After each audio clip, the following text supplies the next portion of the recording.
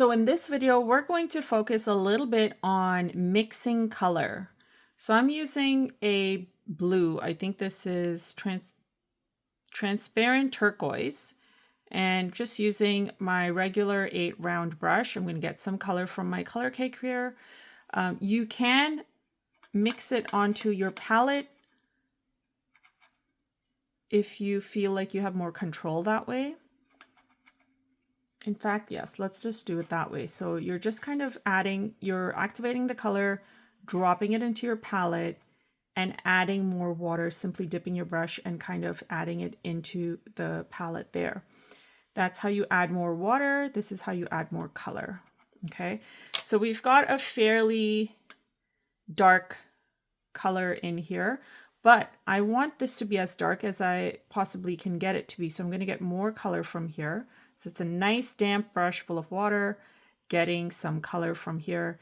And our first swatch, or our first little lay of color that we're going to get, is going to be very thick, almost like a 90% color, 10% water situation.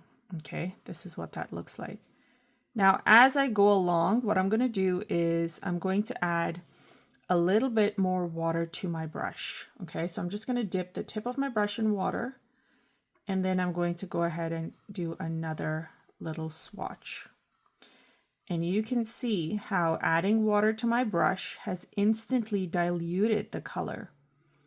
I'm going to add more water to my brush. All this time I'm not adding any more color to my brush, just water.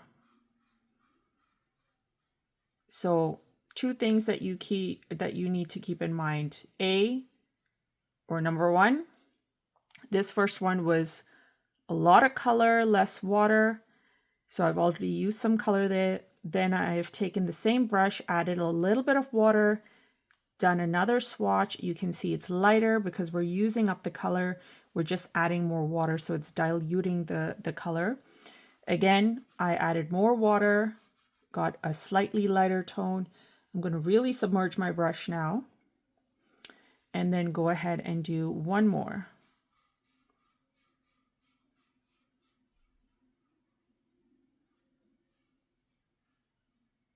This time I'm going to roughly rub or just wash off my brush. And we're going to paint one more.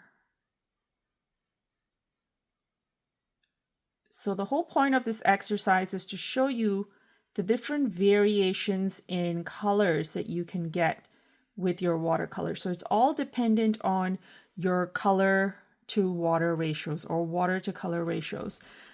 Notice how you've got a nice dark to light effect happening here. Oh, I had some color happening there. So what essentially this is useful for is to give you an idea of how.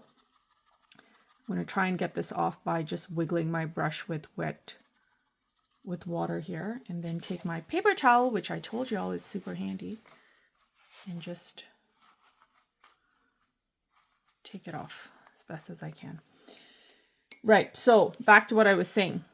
So this is going to be helpful when you're starting to paint out and you need to start mixing color and you're unsure how much color, how much water, how to do that sort of thing.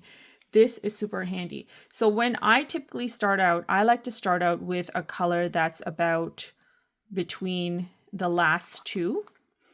Remember, this is still damp, so you don't quite see what the color is going to dry up. Like watercolor dries up to be lighter. So this is almost semi-dried up right there. But I like to start somewhere between these two here. And then I slowly build up on the color. And then this is how you can add depth and interest in your paintings. So even if you decide to do a monochrome flower, for instance, you can absolutely do that just by getting different ratios of mixes within your flower. So keep this in mind. This is a very important part in actually starting off with watercolor, because a lot of people don't understand how this works. So I hope this was helpful, and pause the video and go ahead and try and do little swatches of your colors, your favorite colors that is, And this way it'll give you an idea of what you're going to be working with.